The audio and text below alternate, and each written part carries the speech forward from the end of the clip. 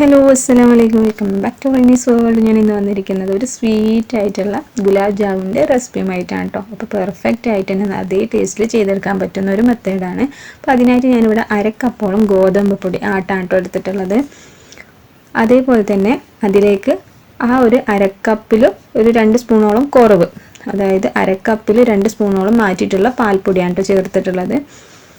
പിന്നെ അതിലേക്ക് കുറച്ച് ഒരു ടീസ്പൂണോളം ഞാൻ ബേക്കിംഗ് പൗഡറാണ് ചേർക്കുന്നത്. ഇനി ബേക്കിംഗ് പൗഡർ ഇല്ല എന്നുണ്ടെങ്കിൽ നമുക്ക് ബേക്കിംഗ് സോഡ, അതായത് അപ്പക്കാരം ചേർക്കാം കേട്ടോ.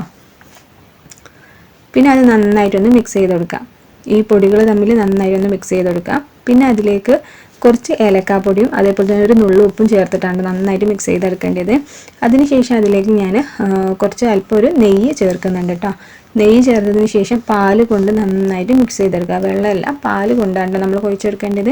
നെയ്യ് ചേർത്തതിന് ശേഷം കുറച്ച് പാൽ ഒഴിച്ചിട്ട് നന്നായിട്ടൊന്ന് മിക്സ് ചെയ്ത നമ്മൾ പൊടി കുഴിക്കുന്ന മാതിരി തന്നെ നന്നായിട്ടൊന്ന് കുഴച്ചെടുക്കുക. നല്ല ടഫായിട്ടുള്ള കുഴക്കലല്ല കേട്ടോ, കുറച്ചൊന്ന് ലൂസായിട്ടുള്ള ഒരു കുഴയാണ് കേട്ടോ വേണ്ടിയിട്ടുള്ളത്. അപ്പോൾ ഇവിടെ ഞാൻ കുഴച്ചെടുത്തിട്ടുണ്ട്. നന്നായിട്ടൊന്ന് കൈ കൊണ്ടൊക്കെ ഒന്ന് പ്രസ് ചെയ്തിട്ട് നന്നായിട്ടൊന്ന് സോഫ്റ്റ് ആക്കി എടുക്കുക കേട്ടോ. കുറച്ച് സോഫ്റ്റ് ആകുമ്പോഴല്ല ടേസ്റ്റ് വരുന്നത്. അപ്പോൾ നന്നായിട്ടൊന്ന് പ്രസ് ചെയ്തെടുത്തിട്ടുണ്ട്.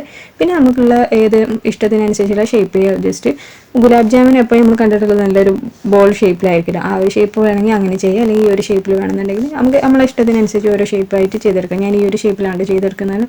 അപ്പോൾ ഏകദേശം ഞാനതൊക്കെ ചെയ്തെടുത്തിട്ടുണ്ട്. പിന്നെ അതിനുശേഷം നമുക്കിതിലേക്കുള്ള പഞ്ചസാരയുടെ സിറപ്പ് ഉണ്ടാക്കിയെടുക്കാം കേട്ടോ. അപ്പോൾ അതിനായിട്ട് ഞാനിവിടെ അരക്കപ്പോളം പഞ്ചസാര എടുത്തിട്ടുണ്ട് കേട്ടോ. അത് മധുരത്തിനനുസരിച്ച് വേണമെങ്കിൽ ഒരു കപ്പോളം ആക്കാം കേട്ടോ. ഈ അരക്കപ്പിന് ഞാൻ 2 കപ്പോളം വെള്ളം ചേർത്തിട്ടുണ്ട്. അരക്കപ്പിന് ഈ അരക്കപ്പ് പാത്രത്തിൻ്റെ മെഷർമെൻ്റ് ഇല്ലേ, അതിൽ 2 കപ്പ് വെള്ളമാണ് എടുത്തിട്ടുള്ളത്. അതൊഴിച്ചിട്ട് നന്നായിട്ടൊന്ന് മെൽറ്റ് ആവുന്ന വരെ ചെയ്തെടുക്കാം. പിന്നെ അതിലേക്ക് ഞാൻ ഒരു 2-3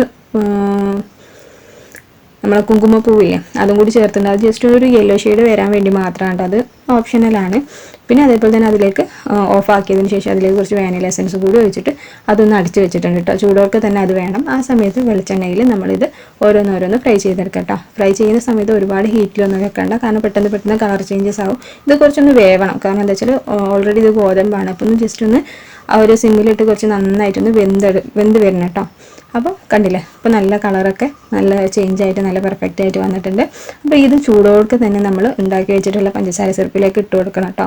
അപ്പോൾ ഈ പഞ്ചസാര സിറപ്പ് ഇതിൽ എപ്പോഴും മുങ്ങി നിൽക്കുന്ന പരുവത്തിലാണ് കേട്ടോ വേണ്ടിയിട്ടുള്ളത്. അപ്പോൾ നമ്മൾ ഈ ഒരു പാത്രത്തിൽ നിന്ന് ചേഞ്ച് ചെയ്തിട്ട് ബൗളിലേക്ക് ഇട്ട് മാറ്റട്ടോ, കാരണം അതിങ്ങനെ മുങ്ങി നിൽക്കുന്ന രീതിയിൽ വേണം നിൽക്കാൻ. ഏകദേശം ഒരു അരമണിക്കൂർ 1 മണിക്കൂർ നമ്മൾ സമയം വെക്കുന്നതിനനുസരിച്ച് ഇത് നന്നായിട്ടൊന്ന് സോഫ്റ്റ് ആവാനും ആ പഞ്ചസാര സിറപ്പിൽ നന്നായിട്ട് കിടന്ന് നല്ലൊരു ടേസ്റ്റ് ആയിട്ട് കിട്ടും കേട്ടോ. അപ്പോൾ പെർഫെക്റ്റ് ആയിട്ടുള്ള ഗുലാബ് ജാമുനാണ്. അപ്പോൾ എല്ലാവരും ഒന്ന് ട്രൈ ചെയ്തൊക്കെ ഇഷ്ടപ്പെട്ടാൽ ലൈക്ക് ചെയ്യുക.